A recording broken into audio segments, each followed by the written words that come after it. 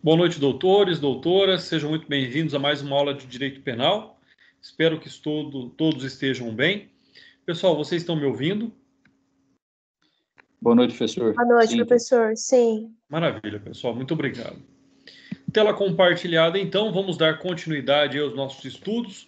Na aula passada, que foi disponibilizada gravada para vocês, nós analisamos o artigo 313, 313A e 313B. E hoje, então, iniciaremos aí as nossas considerações sobre o artigo 314, né? Ou seja, quando fala do extravio, da sonegação ou inutilização de livro ou documento, né? Então, a redação do artigo 314 é a seguinte: extraviar livro oficial de qualquer documento de que tenha guarda em razão de cargo, sonegá-lo ou inutilizá-lo total ou parcialmente, pena de reclusão de 1 a 4 anos, se o fato não constitui crime mais grave. Então percebam que nós já temos aí algumas características próprias deste crime, né? A partir do momento em que nós temos ali o fato de ser um livro oficial ou qualquer documento que a pessoa tem ali em razão de um cargo, logicamente que nós estamos falando aí de um crime próprio. Então, essa é a primeira característica deste crime. A segunda característica é que, né, a pessoa tem a posse desse livro ou a posse desse documento, como eu já disse, em razão do cargo. E nós temos ainda aqui no preceito secundário do tipo o fato de que nós temos uma pena que é uma pena relativamente pequena, de 1 a 4 anos de reclusão, né? Logicamente, quando ele prevê a possibilidade de se tratar de um outro crime ou de um outro crime mais grave. Com relação às elementares deste crime, nós temos 3, né? Então, nós temos um crime aí alternativo. A pessoa pode praticá-lo de 3 formas diferentes, ou seja, né, extraviar, sonegar ou inutilizar. O extravio significa, então, né, livro oficial qualquer documento de que tenha guarda em razão do cargo, sonegar livro oficial em que tenha guarda em razão do cargo, e a mesma coisa para a inutilização. Quando nós pensamos nesses 3 temas, nós temos então o significado de cada um deles, ou seja, né, extraviar significa desencaminhar ou desviar, sonegar significa ocultar ou esconder, e inutilizar, tornar inútil, avariar ou até mesmo estragar, né? Então, nós estamos falando aqui de um crime expressamente subsidiário, já que o seu preceito secundário traz a sanção penal desde que não constitua este fato um crime mais grave. Então, ele tanto é um crime alternativo, porque nós temos 3 elementares do crime, mas também, quando tratamos ali do preceito secundário do crime, é um crime subsidiário, ou seja, só será punido dessa forma se não se tratar de um crime de natureza mais grave. Então essa fica aí também essa observação quanto a este tipo penal, pessoal. Lembrando que os crimes contra a administração pública, né, são crimes sempre talvez muito peculiares, não são crimes aí talvez do nosso cotidiano, não são crimes que comumente nós ficamos sabendo, né? Mas eles existem e, logicamente, para aqueles que desejam aí no futuro exercer algum cargo, alguma função pública, devem ficar muito atentos aqui aos crimes praticados contra a administração pública. Um outro aspecto que nós devemos considerar sobre esse crime, né, levando-se em consideração aí o fato da sua classificação, é de que ele é um crime e que tem um objeto material, né? Que tipo de objeto material é esse? É o livro, é o documento público, né, do qual o funcionário público tem a posse e tem a guarda dele em razão do cargo. Então, esse é um fato extremamente importante. A exemplo disso, nós temos aí o fato, né, de processo que é desviado pelo escrivão judicial, né, o bem penhorado é extraviado pelo oficial de justiça, também um outro exemplo. Quanto à sua classificação, como nós já vimos e já até aqui citamos, ele é um crime próprio, porque ele somente pode ser praticado por funcionário público no exercício dessa função, né? Então não é qualquer funcionário público também. Ele é um crime próprio, mas ele está diretamente ligado ali ao funcionário público que tem a guarda ou a posse desse documento ou desse livro. Então, ainda assim é diferente das demais hipóteses. Então, não é qualquer funcionário público, porque possui essa ressalva, né? Lógico que nós estamos tratando também de um crime doloso, né? Sem aí a exigência de um elemento subjetivo especial do tipo, ou seja, não fala se é para ter vantagem, não fala se é para prejudicar alguém. O simples ato praticado contra o documento público ou livro oficial já configuraria aqui o crime. Então é importante lembrar também, não existe aqui, por mais que seja um crime doloso, não existe aqui o chamado elemento subjetivo especial do tipo, ou seja, qual é a vontade do agente? Não importa qual é a vontade do agente, né? Não importa se ele faz isso para se beneficiar, não importa se ele faz isso para beneficiar alguém, não importa se ele faz isso para prejudicar alguém. O que nós estamos tratando aqui é a segurança jurídica, é a proteção do objeto material, ou seja, o livro oficial ou qualquer documento público. Então, este é um outro aspecto que nós devemos observar. Como nós temos um crime alternativo que pode ser praticado tanto, né, pelo extravio, pela sonegação ou pela inutilização, nós sabemos então que ele é um crime de forma livre, ou seja, onde a doutrina também o classifica como plurissubsistente, ou seja, aquele do qual, né, alguns atos ou vários atos são reunidos para a efetivação do mesmo, salvo na modalidade sonegar. Então nós temos que é um crime plurissubsistente na modalidade extraviar e inutilizar, né? E ele é um crime unissubsistente na modalidade sonegar, porque não tem como, né? Então ele seria aqui unissubsistente. Então o que nós temos? Enquanto as condutas forem plurissubsistentes, são crimes, são modalidades ilícitas que admitem a tentativa, né? Já quando ele for unissubsistente, não admitiria a tentativa. Então, fiquem sempre atentos a isso, né? Vamos aqui fazer algumas ressalvas novamente. Primeiro, né, é o crime que só pode ser praticado por funcionário público que tenha a posse do livro oficial ou do documento público.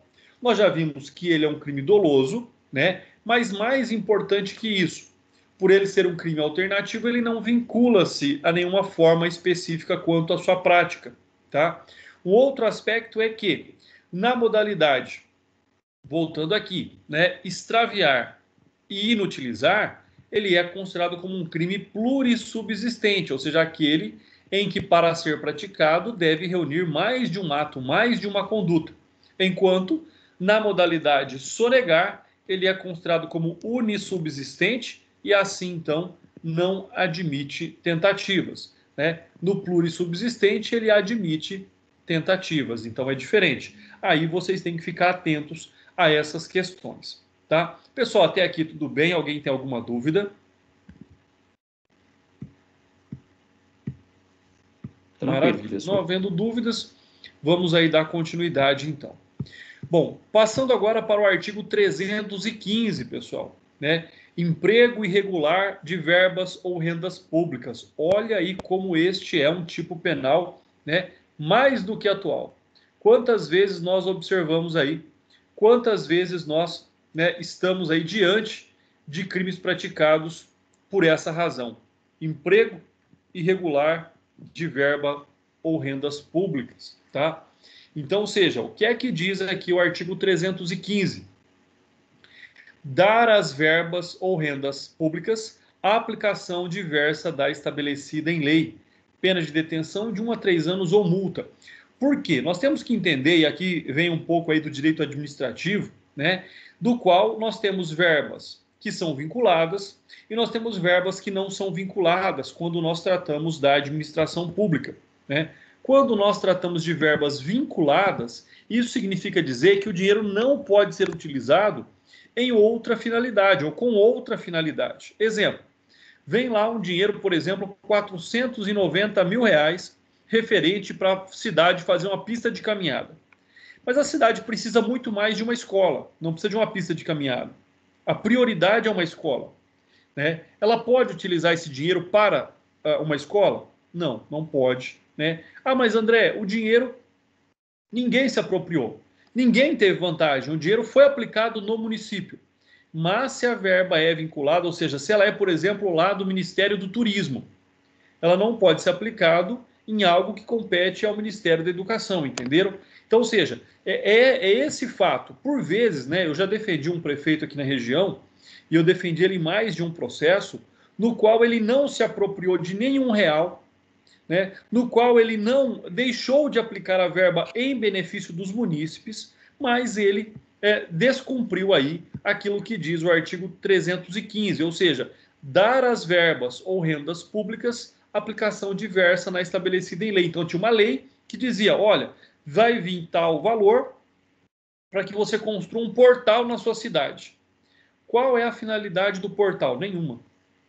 Não beneficia os munícipes em nada. Mas foi um projeto, né, em que o Ministério do Turismo, buscando aí dar uma identidade própria a cada cidade, destinou um dinheiro, e esse dinheiro era para construir um portal, por exemplo. O que o prefeito fez? Foi lá construir com esse dinheiro do portal, ele não construiu o portal. Ele foi lá e construiu uma ponte na zona rural que estava precisando. Ele foi lá e comprou remédio, colocou no posto de saúde, né? Ele foi lá e reformou o banheiro público da cidade. Ou seja, ele deu destinação pública para o dinheiro, mas a destinação pública foi diversa daquela constante da lei. Então, só por isso o crime já existe, né? Nós nem estamos falando aqui de corrupção, de apropriação, nada disso. É dar aplicação diversa, é só isso. Tá? O dinheiro foi aplicado no município, o dinheiro foi aplicado em prol da municipalidade, mas não de acordo com a disposição prevista em lei para a aplicação daquele dinheiro. Então, essa é a ilicitude descrita aqui no artigo 315. Né? Ou seja, a partir desta conduta incriminada, ou seja, que é dar aí, né, as verbas ou rendas públicas a aplicação diversa da estabelecida em lei, ou seja, dar destinação ilícita, empregar as verbas ou rendas públicas em desacordo com a legislação. Você vai falar, André, mas o que é ilícito se ele aplicou a renda pública em prol da municipalidade? Ilícito ele não cumpre a lei. Né? Nós sabemos que no direito administrativo não é como, por exemplo, na regra geral do direito. Na regra geral do direito nós podemos fazer tudo aquilo que a lei não proíbe. Na regra específica do direito administrativo, só se pode fazer aquilo que a lei autoriza. Então, nós temos aí essa vinculação específica da aplicação da verba pública, pessoal. Né? Eu vi um barulho. Pessoal, alguém quer fazer alguma pergunta? Quer manifestar? Quer comentar algo? Então, vamos lá. Bom, na sequência aqui, quando nós tratamos do sujeito ativo deste crime, é lógico que ele é um funcionário público, né?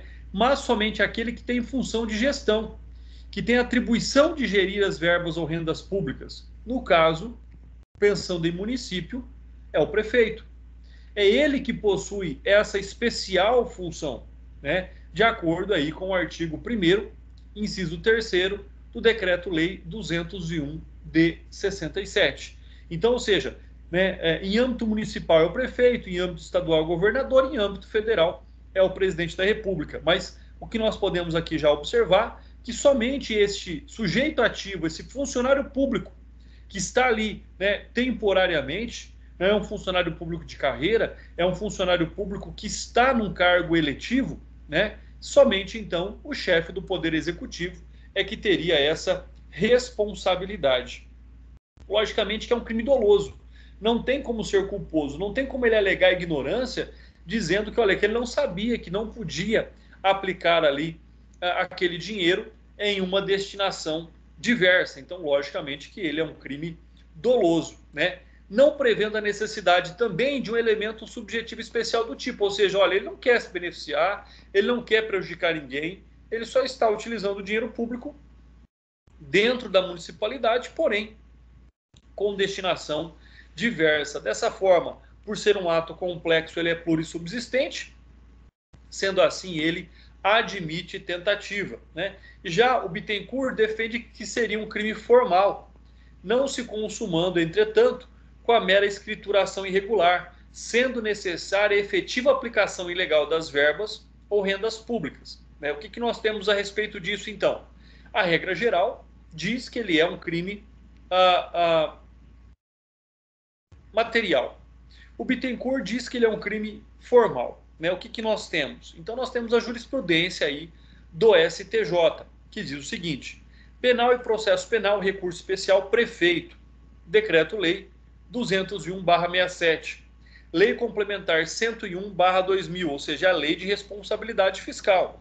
Então nós estamos falando aqui dessa responsabilidade fiscal, né, que o chefe do Poder Executivo tem no tocante à administração, no tocante à aplicação das verbas ou rendas públicas, né? Denúncia e recebimento. Inaplicabilidade do princípio da insignificância ao presente caso, porque não se pode ter como insignificante o desvio de bens públicos levado a cabo por prefeito municipal, que no exercício de suas funções deve obediência aos mandamentos legais e constitucionais, notadamente ao princípio da moralidade pública, pessoal. Quando vocês estudam direito administrativo, com certeza vocês vão ver que o que existe mais importante no direito administrativo são os princípios, né?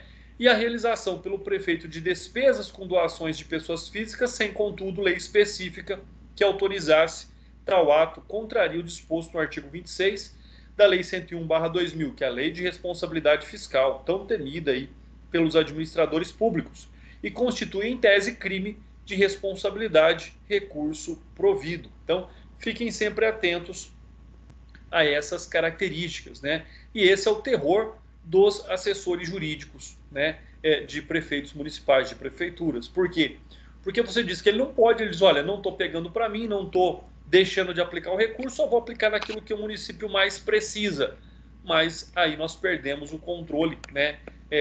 Os repasses públicos, eles são normalmente vinculados, salvo raras exceções em que os prefeitos municipais têm, de fato, a liberdade ampla para dispor de recursos públicos. Normalmente são sempre recursos vinculados, ou seja para a saúde, seja para a educação, seja para a infraestrutura, seja para o turismo e assim por diante. Então, se vem, por exemplo, como eu disse, 480, 500 mil reais para fazer uma pista de caminhada, tem que fazer uma pista de caminhada. André, tem que ser gasto o dinheiro totalmente? Tem que ser gasto o dinheiro totalmente na obra, né? Se não gastar, tem que devolver a diferença a quem o repassou. Então, essa é uma outra característica aí, quando nós observamos também o direito administrativo. Então, essa é uma outra vertente a ser analisada aqui, quando nós tratamos desse tema, né? Então, é um tema aqui muito mais comum, muito mais corriqueiro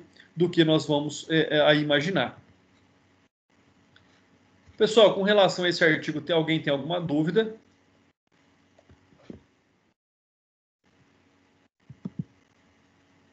Não. Para mim, tudo bem, professor. Então tá, joia. Vamos lá para o artigo 316. Aí começa um pouquinho, né, aquilo que nós ouvimos tanto na prática e acabamos não compreendendo as diferenças. Vamos para o crime de concussão e excesso de exação. Olha só, o artigo 316 traz o crime de concussão. O que é o crime de concussão? Exigir para si ou para outrem, direto ou indiretamente, ainda que fora da função ou antes de assumi-la, mas em razão dela, vantagem indevida. Pena de reclusão de 2 a 12 anos e multa. Então, no caput aqui, né, e no preceito primário e no preceito secundário básicos, o que nós temos? É a famosa chamada corrupção ativa. É quando o funcionário público, ou em razão de cargo público a ser exercido, exige para si ou para outrem vantagem, benefício indevido para realizar a própria função. Esse é um outro detalhe, né? Olha só, exigir para si ou para outrem, direto ou indiretamente, ainda que fora da função ou antes de assumi-la, mas em razão dela, vantagem indevida, tá? Então aqui nós estamos diante do crime de concussão, pessoal, tá? Então, mas corrupção ativa, pessoal, corrupção ativa em tese não existe, tá? O que nós temos é o chamado crime de concussão. Aí vamos para o excesso de exação, que está lá descrito nos parágrafos, né, no parágrafo 1º, de forma concreta. Se o funcionário exige tributo ou contribuição social que sabe ou deveria saber ser indevida, ou quando devido, emprega na cobrança meio vexatório ou gravoso, que a lei não autoriza, pena de reclusão de 3 a 8 anos e multa. Se o funcionário desvia em proveito próprio ou de outrem o que recebeu indevidamente para recolher aos cofres públicos, pena de 2 a 12 anos e multa. Então, é o excesso de exação. Excesso de exação, ele é diferente da concussão, tá? Excesso de exação, ou seja, ou aquilo é devido, mas a forma que ela é cobrada gera ao contribuinte a conduta vexatória ou gravosa, né? Ou quando ele exige um tributo ou uma contribuição que sabe que é indevido. E é essa a questão. Quando é devido, ele diz, olha só, quando é devido e ele desvia para si ou para outrem o que recebeu indevidamente para recolher aos cofres públicos. Aí é onde você tem que ficar muito atento, principalmente ao parágrafo 2º, né, para não confundir com o crime de peculato. O que é o crime de peculato? Assumir a propriedade, nós vamos ver mais adiante, assumir a propriedade daquilo que é público, mas que a pessoa detém em razão do cargo ou função. Excesso de exação. Ele recebe aquilo que é devido pelo poder público e desvia para si ou para outrem, né? Mas aqui nós estamos falando de quê? Daquilo que deve ser recolhido aos cofres públicos. Por isso que não é peculato. Peculato, normalmente, não está ali diretamente relacionado a tributos e não está relacionado a dinheiro, a pecúnia. Está relacionado a bens materiais do Estado, em que a pessoa inverte ali a titularidade, inverte ali a propriedade. Então, fiquem muito atentos. Agora, pessoal, nós vamos caminhando para artigos que dependem aí de uma reflexão mais profunda, mais atenta, né? Por quê? Porque quando eu falar concussão, na cabeça de vocês pode ali surgir o termo corrupção ativa, e nós não vamos encontrar esse termo, tá? Porque aqui é exigir para si ou para outrem. André, mas isso para mim sempre foi corrupção ativa. Mas o nome correto é concussão. E nós não podemos continuar aqui, né, agindo como se não soubéssemos a verdade, a realidade legal. Eu ia perguntar isso agora, professor. Isso, pode falar, Flávio. Não, exatamente o que o senhor está falando. Eu ia perguntar isso agora. Tá jóia, então. Então, olha só. Então, fiquem sempre atentos, né? Aquilo que na cabeça de vocês era corrupção ativa, na verdade, o nome correto e legal é concussão.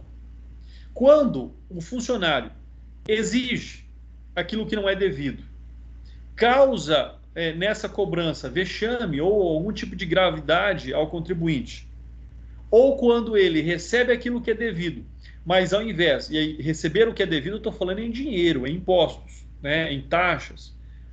E quando isso acontece e ele se apropria e desvia dos cofres públicos, é exação, é excesso de exação, tá? E não peculato. Peculato sempre está vinculado a bens materiais, a bens móveis, tá? Do poder público.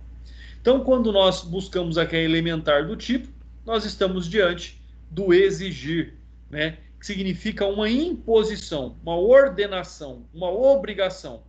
Então, a conduta criminosa é exigir para si ou para outrem, de forma direta ou indireta, né? E esta exigência se dá no exercício da função ou mesmo antes de o agente exercer a função, desde que exija em razão da função que futuramente irá exercer. Então, nós estamos falando da concussão. É necessário ainda que nós possamos compreender que o agente implica-se em uma violência moral, no sentido de coagir o sujeito passivo a lhe dar uma vantagem indevida. Para quê? Para que ele cumpra a sua função. De outra forma, o crime será de corrupção passiva, olha a diferença, que se configura com a mera solicitação. Essa é uma grande diferença entre corrupção passiva e concussão. Concussão, o agente delituoso exige, ou seja, implica uma violência moral, enquanto na corrupção passiva ele apenas solicita, a pessoa dá se quiser. Então, essa é uma outra diferença entre a concussão e a corrupção passiva. Sobre esse aspecto, nós temos ainda que observar aqui a Lei 13.964 de 19, né? A lei que trata aí do pacote anticrime, pessoal. Lembrando, e já fazendo o convite a vocês, aqueles que quiserem acompanhar, que quiserem aqui assistir as nossas aulas sobre o pacote anticrime, entrem lá no nosso canal do YouTube, procurem a playlist Seminários, que nós estamos lá, né, gradativamente postando aulas sobre a Lei 13.964 de 2019, que é o chamado pacote anticrime, tá? Então, o que é que o pacote anticrime trouxe? Na verdade, ele passou aí, né, trouxe um novo preceito secundário a este tipo penal. Ou seja, né, passou a pena, ela foi aumentada de 2 a 12 anos de reclusão e multa. Por ser uma alteração mais gravosa, só aplica, logicamente, aos crimes cometidos após ali, o início da vigência desta lei. Anteriormente à vigência desta lei, a pena era menor, tá? Então fiquem atentos a isso também. E aí fica o convite para vocês acompanharem lá as nossas aulas sobre o pacote anticrime, pessoal. Uma outra análise que nós vamos fazer aqui agora, né, e sempre com muita cautela, é que, havendo exigência da vítima, esta não responderá pelo crime de corrupção ativa, que só possui como núcleo o tipo de condutas de oferecer, prometer vantagem e não de dar vantagem, quando esta lhe é exigida. Olha aí, para que não fique confusão na mente de vocês. Fala assim, André, você falou que aquilo que eu imaginava que era corrupção ativa, na verdade é concussão. Exatamente. O que nós temos? Aqui, pessoal, nós estamos estudando a conduta do funcionário público. Então, quando o funcionário público exige, concussão. Quando o funcionário público solicita, corrupção passiva. Quando o agente, a pessoa, aquele que quer algum tipo de vantagem do poder público, oferece essa vantagem ou promete uma vantagem para o funcionário público, aí sim essa pessoa pratica corrupção ativa. Então vamos aí guardar a diferença. Quando o civil oferece, por exemplo, para o policial, né, algum tipo de vantagem para que ele não cumpra a sua função ou cumpra a sua função de uma forma direta, nós estamos diante, o civil pratica corrupção ativa. Ou quando o civil oferece um determinado valor para ganhar ali uma concorrência pública, para ser aprovado num concurso público. Quando ele oferece, o civil oferece, corrupção ativa. Quando o funcionário público exige algum tipo de vantagem, concussão. Tá? Quando o funcionário público solicita uma vantagem, corrupção passiva. Então, fiquem atentos a esses termos. As diferenças que existem entre corrupção ativa, que é praticada pelo civil, concussão e excesso de exação, e corrupção passiva, que são praticadas pelo funcionário público. Então, para que não haja nenhuma dúvida aí e futuramente vocês não venham a errar. Muitos alunos erram, principalmente em provas da OAB ou concursos públicos, porque não guardam essa distinção. Mais uma vez, para ninguém nunca mais esquecer. Exigiu vantagem, concussão. Solicitou vantagem, corrupção passiva, por parte do funcionário público. Tá? Excesso de exação. Ele exige ali algo que o contribuinte não deve, ou cobra de forma vexatória ou gravosa, ou simplesmente desvia valores que devem ser recolhidos aos cofres públicos e não são. Isso são atos, condutas praticadas por funcionário público. Concussão, excesso de exação e corrupção passiva. Corrupção ativa, praticada pelo civil, por alguém que oferece ou promete vantagem a um funcionário público, em razão, logicamente, de algum tipo de proveito. Tá? Então, guardem essas distinções.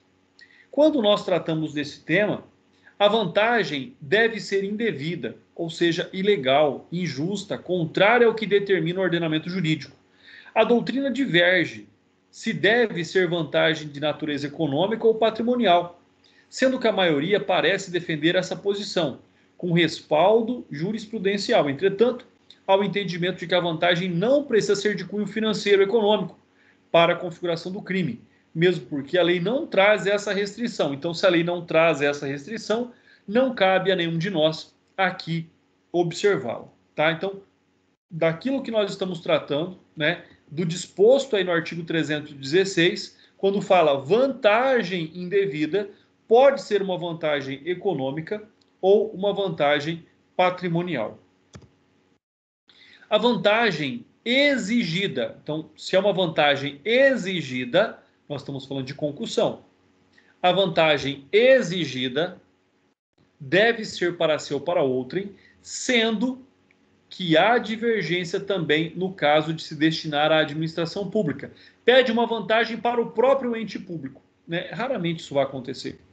O Rogério Sanches Cunha defende que o crime também se configura se a vantagem se destinar à própria administração pública, enquanto o César Bittencourt parece concluir que, no caso de vantagem destinada ao próprio ente público, o crime seria de excesso de exação, como nós já vimos ali. Crime é próprio, é claro, é próprio porque ele só pode ser praticado pelo funcionário público, por isso que ele é um crime próprio, mesmo que ainda não tenha tomado posse do cargo à época da conduta, mas essa posse tem que ser certa. Já foi aprovado, só está esperando a data da posse. Então, olha só, quando você tomar posse, você já vai fazer isso para mim, né? Ou mesmo esteja licenciado, desde que, em razão da exigência, seja a função pública. Quanto ao elemento subjetivo da conduta, é lógico que ele é o dolo. Não tem como praticar uma conduta dessa de forma culposa. Sendo que o elemento subjetivo especial do injusto está presente na expressão para si ou para outro. Então, agora, é diferente do que nós vimos nos artigos anteriores, onde não havia esse elemento especial do injusto. Não falava se era para si, para outro, ou como ele deveria ser praticado. Aqui, não. Aqui, no caput do artigo 315, ele vem dizer exatamente isso, para si ou para outro. Então, ele traz aqui essa especificidade de quem será o beneficiado em razão da prática do ilícito, a prática do injusto, né? Não se prevê a modalidade culposa, é um crime formal, ou seja, aquele em que não necessita de um resultado naturalístico para a sua configuração, né? Não há necessidade da pessoa pagar. O simples ato de exigir já configura, já se consuma aqui a prática do ilícito. Sua conduta é fracionável, então ele é um crime plurissubsistente e dessa forma ele admite tentativa.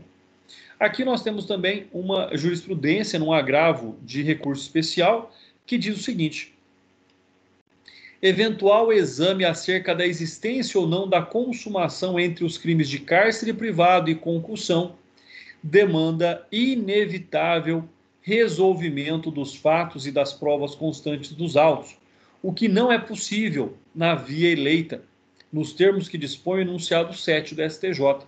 Ademais, o crime de concussão é formal, cuja consumação se verifica com a simples exigência de vantagem indevida nos moldes descritos no tipo penal.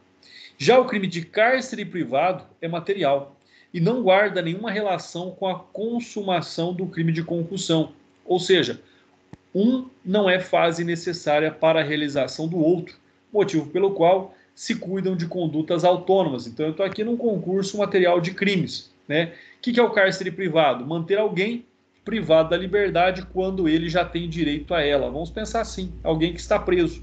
Ele teria direito a sair hoje, e aí alguém do presídio diz, não, olha, se você me der tanto, eu te solto hoje, senão você continua preso. Então, isso é cárcere privado. Manter alguém além do marco final da cessação aí, da privação da liberdade. Então, nós estamos aqui num concurso material. Uma coisa é o cárcere privado, porque ele é material, precisa de um resultado naturalístico. Exigir para si ou para outro a vantagem indevida é um crime formal. Exigiu, não precisa haver o pagamento. O pagamento é o mero exaurimento da conduta, né? Então, o recado aí, né, o fato que nos é trazido por essa jurisprudência do STJ. Isso estamos falando somente até agora da concussão, né? Vamos até colocar aqui, ó, concussão. Excesso de exação, parágrafos 1º e 2º. né?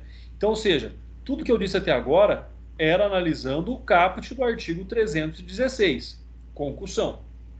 Agora nós vamos começar a estudar o excesso de exação aqui. Então, o parágrafo 1º do artigo 316 prevê a figura delitiva como outro nome juris. Então, além de ser... Você fala assim, André, mas é um outro crime? É como se fosse uma espécie, um é o gênero, outro é a espécie, né? Tanto é que nós não falamos mais de concussão, falamos de excesso de exação. Outra denominação, então. O que é o excesso de exação? Está lá descrito. Se um funcionário público exige tributo ou contribuição social que sabe ou deveria saber, isso é importante, sabe ou deveria saber indevido, ou quando devido, prestem atenção, emprega na cobrança meio vexatório ou gravoso, que a lei não autoriza. Então, ou seja, tanto exigir aquilo que não pode, quanto exigir aquilo que deve de forma errada. Essa é a síntese do crime de excesso de exação. O núcleo do excesso de exação também é exigir, assim como o crime de concussão, né? Tem no sentido de impor, ordenar, obrigar. Quais são as condutas? São duas. Exigir tributo ou contribuição que não deve, de forma indevida, ou exigir aquilo que é devido, né? Criando por meio de um meio vexatório ou gravoso. Então, esse é o crime de excesso de exação. Crime próprio, pois só pode ser praticado por funcionário público, também é doloso. Pessoal, funcionário público que tem competência de fazer cobrança, que tem competência de exigir, tá? Então tem esse detalhe também. Doloso, né, exigindo aí para o Bittencourt, por exemplo, elemento subjetivo especial, consistente também na expressão para si ou para outrem, né, essa vantagem aí que se pratica.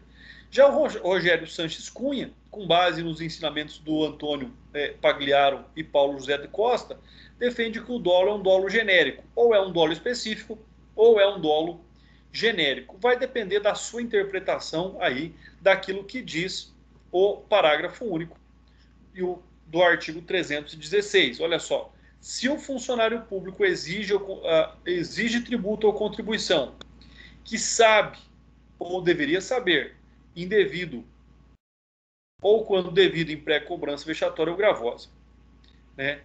Se o funcionário público em proveito próprio ou de outrem que recebeu indevidamente para recolher aos cofres públicos, desvia, né, aquilo que recebeu.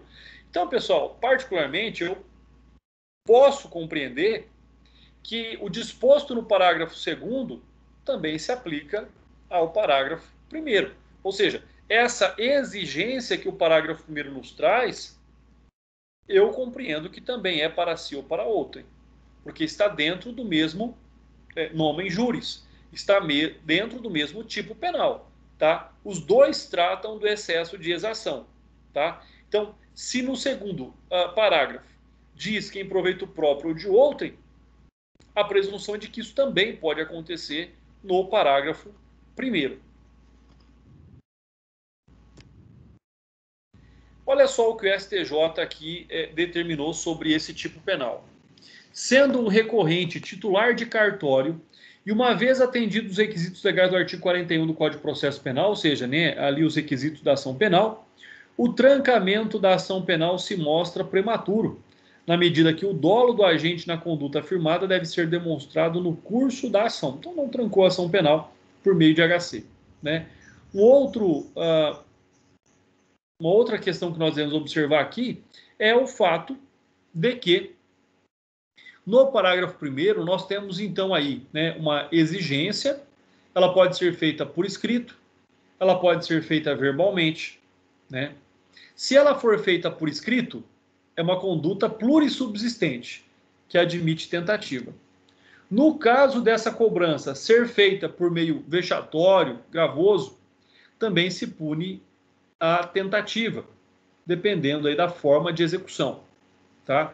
Então, ou seja, Se a exigência for por escrito, ela é plurissubsistente e admite tentativa.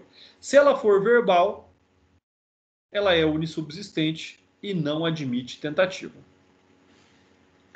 Qual é a modalidade aí do excesso de exação? Está lá prevista no parágrafo 2º do artigo 316. Né? O que é que significa dizer? O que é que o parágrafo 2º do artigo 316 traz para nós? Né? Nós já vimos. Quando há ali, na verdade, um desvio. Né? Olha só. Quando o funcionário desvia em proveito próprio ou de outrem o que recebeu indevidamente para recolher aos cofres públicos. O que nós devemos perceber aqui é que deveria ser uma modalidade qualificada de excesso de exação, mas apenas de pena máxima em abstrato ser maior. Possui uma pena mínima menor em relação à modalidade do parágrafo 1º. Então, existem esses vícios de redação aí da nossa legislação. Nesse caso, um desvio de produto recebido indevidamente, sendo que o funcionário público o extravia para si ou para outrem, ou seja, ainda há apropriação de valores. Então, aqui, a crítica que se faz é que a pena mínima, voltemos lá ao artigo, a pena mínima é menor. Enquanto no parágrafo 1º a pena é de 3 a 8, aqui é de 2 a 12. Ah, André, mas a pena máxima é maior. Tá, mas por que aqui ele está se apropriando, a pena é menor? Essa é a crítica que se faz. Deveria ser pelo menos igual, então, pena mínima de 3 anos. Né? São as incoerências que nós observamos aí na nossa legislação, pessoal. Vamos lá agora. Agora sim, vamos passar para um outro tipo penal. Artigo 317. Corrupção passiva. Nós falamos até agora de concussão e excesso de exação, ou seja, 2 tipos penais praticados por funcionários públicos. Corrupção passiva também é um tipo penal praticado por funcionário público, também é um crime próprio. Ou seja, né, o que diz aqui o artigo 317, solicitar ou receber para si ou para outrem, direto ou indiretamente, ainda que fora da função ou antes de assumi-la, mas também em razão dela, vantagem indevida, ou aceitar promessa de tal vantagem. Olha só, ela não precisa se concretizar naquele momento para que o crime já esteja consumado. Pena de reclusão também de 2 a 12 anos e multa. Parágrafo 1º, né? A pena é aumentada de 1/3, se em consequência da vantagem ou promessa o funcionário retarda ou deixa de praticar qualquer ato de ofício ou pratica infringindo o seu dever funcional. Parágrafo 2º. Se o funcionário pratica, deixa de praticar ou retarda ato de ofício com infração de dever funcional, cedendo a pedido ou influência de outrem, pena de detenção de 3 meses a 1 ano ou multa. Aí você vai me perguntar, André, mas eu entendi até agora que para que ocorra a corrupção passiva, não necessariamente tem que acontecer a corrupção ativa. Correto. Perfeita a sua interpretação. Por quê? A partir do momento em que nós temos aqui, olha só, solicitar. Se ele está solicitando, a outra parte pode compreender que isso é normal. Em tese, não responderia. Né? E se não demonstrado o dolo, não responde por corrupção ativa. Agora, se a parte oferece, se o civil oferece e ele recebe, quem oferece responde por corrupção ativa e quem recebe responde por corrupção passiva. André, sempre que o funcionário público for condenado nos termos do artigo 317, eu tenho a corrupção ativa também? Só se a conduta for receber. Se a conduta for solicitar, nem sempre. Você fala assim, mas ele solicitou, a outra parte não sabe? Olha, pode não saber. Aqui não é exigir, é solicitar. Então, essa é uma grande diferença. Haverá corrupção ativa quando houver o dolo em quem paga quando o funcionário solicita e quando houver o dolo em quem oferece, e aí o funcionário público recebe. Aí eu tenho corrupção ativa. Do contrário, eu só tenho corrupção passiva. Os núcleos são pedir, pleitear, revogar. Isso significa solicitar. Receber, recolher, embolsar, perceber. E aceitar, aprovar, aquecer e consentir. Então aqui nós temos os dispositivos legais, do qual nós temos também aí que estar atentos. Ou seja, nós temos aqui as elementares do crime: solicitar, receber e aceitar. Então, essas elementares do crime são aí algo extremamente importante, né? Solicitar vantagem indevida para si ou para outra, indireto ou indiretamente. Receber vantagem indevida para si ou para outra, indireto ou indiretamente. Aceitar promessa de vantagem indevida para si ou para outra. Em todos eles, estamos diante de uma ilegalidade. Estamos diante de algo que é extremamente indevido. Todas as condutas devem envolver a função pública, do contrário, não é um crime contra a administração pública. Pode ocorrer fora da função ou antes de o funcionário assumi-la, desde que em razão dela ou por causa dela. Um outro aspecto que nós vamos observar aqui é o seguinte, olha só. No caso do fiscal de rendas, como auditor fiscal da Receita Federal, por exemplo, há previsão específica, lá no artigo 3, inciso 2, da Lei 8.137/90, que diz: caso o agente aceite suborno para fazer afirmação falsa, ou negar ou calar a verdade como testemunha, perito, contador, tradutor ou intérprete de processo judicial administrativo, inquérito policial ou em juízo arbitral, o crime será do artigo 342, parágrafo 1º do Código Penal. Então, essa é uma exceção à regra, em razão de uma lei específica, Lei 8.137/90, tá? Então, quem aí quiser estudar para as carreiras fiscais, tem que estudar a Lei 8.137/90. Uma outra questão, como nós já vimos lá no crime de concussão, aqui também lá existe a exigência, né, a divergência sobre a natureza da vantagem. Se apenas econômico-financeira, serve para a configuração do delito. Vale registrar aqui também que a lei não faz qualquer ressalva, pessoal. Então, se a lei não restringe, não caberia a nós essa restrição, né? Ou seja, aqui parecendo acertado o entendimento de que a vantagem de qualquer natureza configura o crime, desde que seja indevida, né? Ou seja, injusta e ilícita. Então, essa aqui é a nossa observância.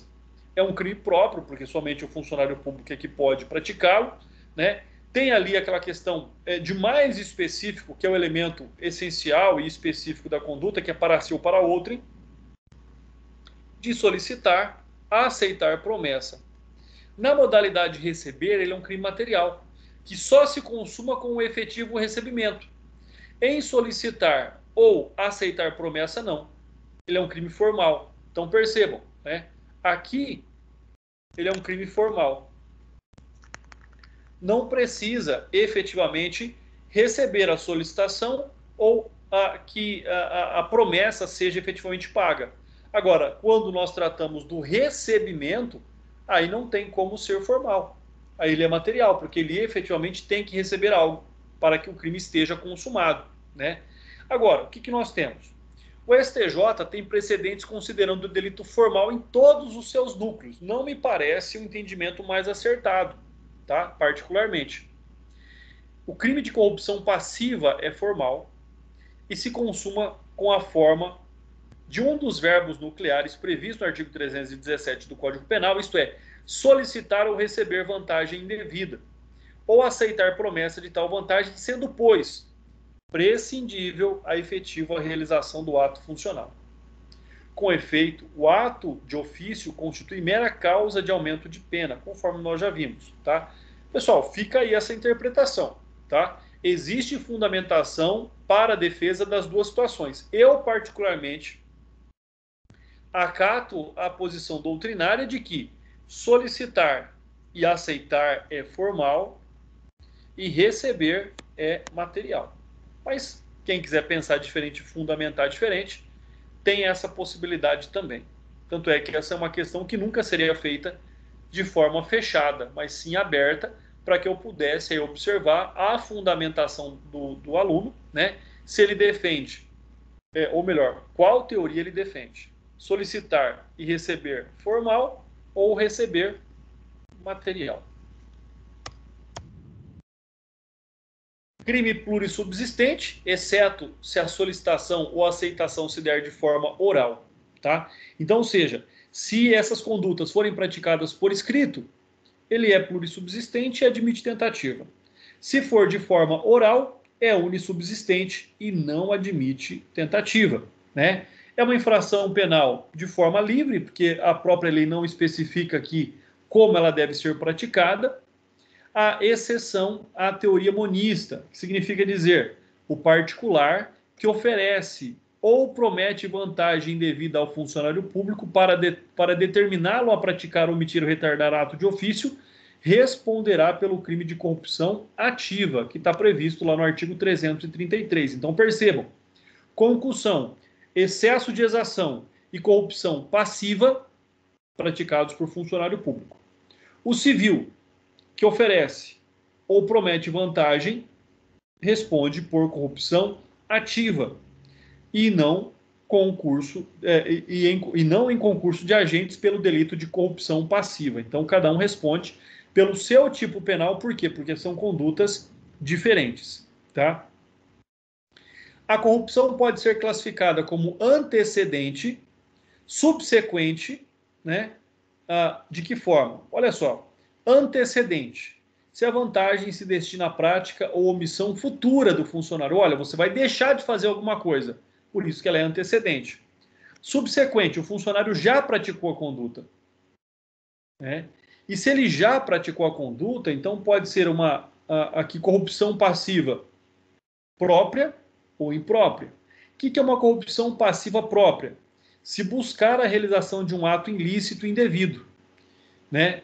De forma que o ato legítimo, a corrupção é denominada de imprópria. Então, ou seja, se eu quero que ele faça algo irregular, é própria. Se eu quero que ele faça algo regular, que ele não deveria fazer naquele momento, é imprópria. No caso do agente solicitar ou receber vantagem indevida, o crime já se consumou, como nós já falamos lá, né, se nós considerarmos que ele é um crime formal. Segundo o entendimento do STF, não é necessária a posterior prática do ato de ofício para a configuração do delito. Ele nem precisa receber e nem precisa praticar o ato. Somente a solicitação ou o recebimento já configuram, já se consumam a prática do ilícito. Olha só o posicionamento do STF. Conforme jurisprudência do STF, para a consumação do crime de corrupção passiva, basta a solicitação ou recebimento de vantagem ilícita em razão da função pública. Em consequência, ressoa irrelevante para a configuração da figura típica prevista no caput do artigo 317 a ulterior prática do ato de ofício, ou seja, aquilo que o funcionário já deveria fazer. Então, se ele exige algo, se ele solicita algo ou recebe algo para fazer aquilo que era obrigação dele, pouco importa se ele vai praticar esse ato depois ou não, né? O que importa é que ele solicitou ou recebeu vantagem indevida. Aí nós temos mais uma jurisprudência, fica aí à disposição de vocês para a leitura posterior, né? E vamos aqui então observar as diferenças, né, trazidas aí pela Lei 13.964 de 2019, ou seja, o pacote anticrime. Qual é a diferença? Primeiro, concussão, exigir. Corrupção passiva, solicitar. Os dois são praticados por funcionário público. Concussão, de 2 a 8 anos. E na pena trazida agora, de 2 a 12 anos. Então essa é aqui a atual redação. Tá? Antes do pacote anticrime, de 2 a 8. Após o pacote anticrime, vamos ter que pagar aqui para ficar melhor, né? essa não existe mais. Agora, a pena passa a ser, então, de 2 a 12 anos e multa. E no caso da corrupção passiva, de 2 a 12 anos. Tá? Então, essa é a distinção que nós fazemos quando aí nós observamos esse ilícito. E nós temos ainda aqui no artigo 317, como nós já vimos, a modalidade majorada. Né? O que é a modalidade majorada? Quando a pena é aumentada lá de 1/3, como descrito no parágrafo 1º do artigo 317. Causa de aumento de pena. Lembrem-se agora do sistema trifásico da dosimetria da pena. O que eu tenho? Pena base, circunstâncias agravantes e atenuantes e, por fim, causa de aumento e diminuição de pena. Aqui, nessa modalidade majorada, ele faz algo em virtude da vantagem desejada, né?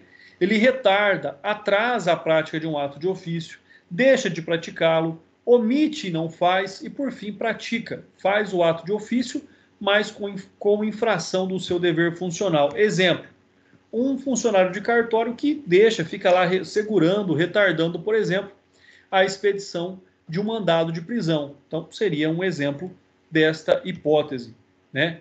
Modalidade privilegiada, como nós já vimos, né? Parágrafo 2º, onde a pena é bastante reduzida. Então, o parágrafo 2º do artigo 317 é uma forma privilegiada de corrupção passiva, ou seja, né, com novos limites mínimos e máximos. Esta passa a ter de 3 meses a 1 ano de reclusão. Configura-se se o funcionário deixar de praticar ou retardar ato de ofício com infração do dever funcional, cedendo a pedido ou influência de outrem. Percebam que nessa modalidade não há o recebimento de vantagem indevida, ele simplesmente deixa de cumprir com a sua função, né? Então, esse é um aspecto. Vamos voltar lá para o artigo 317, pessoal. Olha só. Nós estamos falando do parágrafo 2º, pena de detenção de 3 meses a 1 ano ou multa. Então, né, é um crime bastante leve, tá? Então, nessa situação, quando nós tratamos de modalidade privilegiada, qual que é a diferença? Modalidade majorada, faz somente em razão da vantagem. Modalidade privilegiada, ele deixa de fazer ou faz alguma coisa em desacordo com a sua obrigação, mas ele não tem aqui nenhum recebimento de vantagem indevida, tá? Então, essa é a diferença, é a distinção que nós trazemos aqui para o tipo penal do artigo 317. Pessoal, próxima aula, facilitação de contrabando ou descaminho. Continuação. Vou aqui abrir o sistema. Caso alguém tenha alguma dúvida, estou à disposição de vocês para responder as dúvidas que vocês tenham daquilo que nós vimos até agora.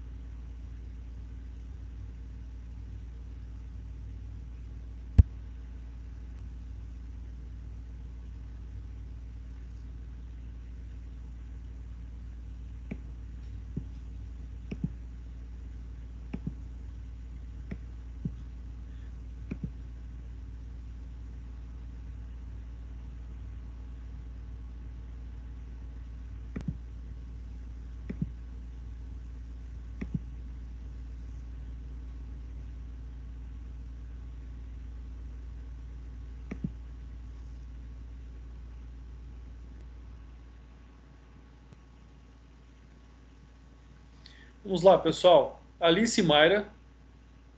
Presente, professor. Muito obrigado. Anne Elise. Presente, professor. Aparecido. Presente, professor. Muito obrigado. Camila. Presente. Obrigado. Cleiton. Presente. Felipe. Presente, professor. Flávio. Presente, professor. Gabriela Fernandes. Presente, professor. Igor Aranha. Presente, professor. Obrigado, Igor. Isabela Nayara. Isabela, já vi aqui a sua manifestação. Isabela, obrigado. João Guilherme. Alô, João Guilherme, está presente?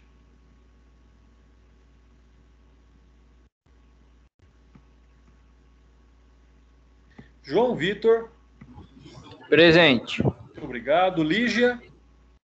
Presente. Lucimaria.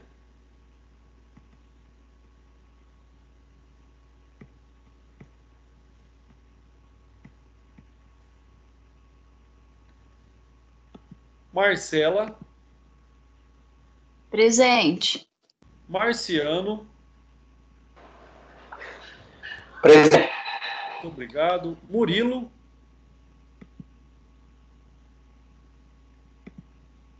Alô, Murilo, está presente? O Murilo tá de atestado, professor. Ele sofreu um acidente, ele não tá assistindo aula por enquanto. Tá, joia. Obrigado, doutora, pela informação. De nada. Rafael. Presente. Obrigado. Rosenberg. Presente, doutor. Muito obrigado. Ruiter. Alô, Ruiter está presente. Já vi aqui sua manifestação no chat, doutor, obrigado. Samuel. Presente. Muito obrigado. Silvana. Presente, professor. Obrigado. Tawane.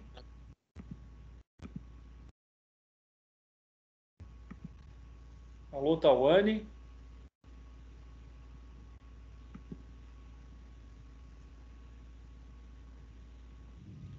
Tawane, já vi aqui sua manifestação também, obrigado. Valdinei. Presente, doutor. Obrigado, boa noite. Vânia. Presente. Obrigado. Vitor de Oliveira. Presente, professor. Muito obrigado. E William. Presente, doutor. Muito obrigado. Pessoal, desejo a todos uma excelente noite. Muito obrigado pela presença de todos. Fiquem com Deus e até amanhã na nossa aula. Vejo vocês amanhã. Até mais, pessoal. André, doutor, Oi. eu caí aqui, meu note desligou, eu não sei se eu respondi presença, eu, João. João, qual João? João Guilherme.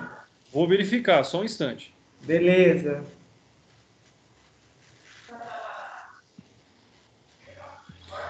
João, você não tinha respondido, mas eu já retirei a falta, tá bom? Beleza, então. Obrigadão, viu, André? Obrigado, um abraço. Boa noite, professor. Um abraço. Boa noite, pessoal. Fiquem com Deus. Boa noite. Tchau, Tá bom, tchau. doutor. Boa noite. Obrigado. Até mais.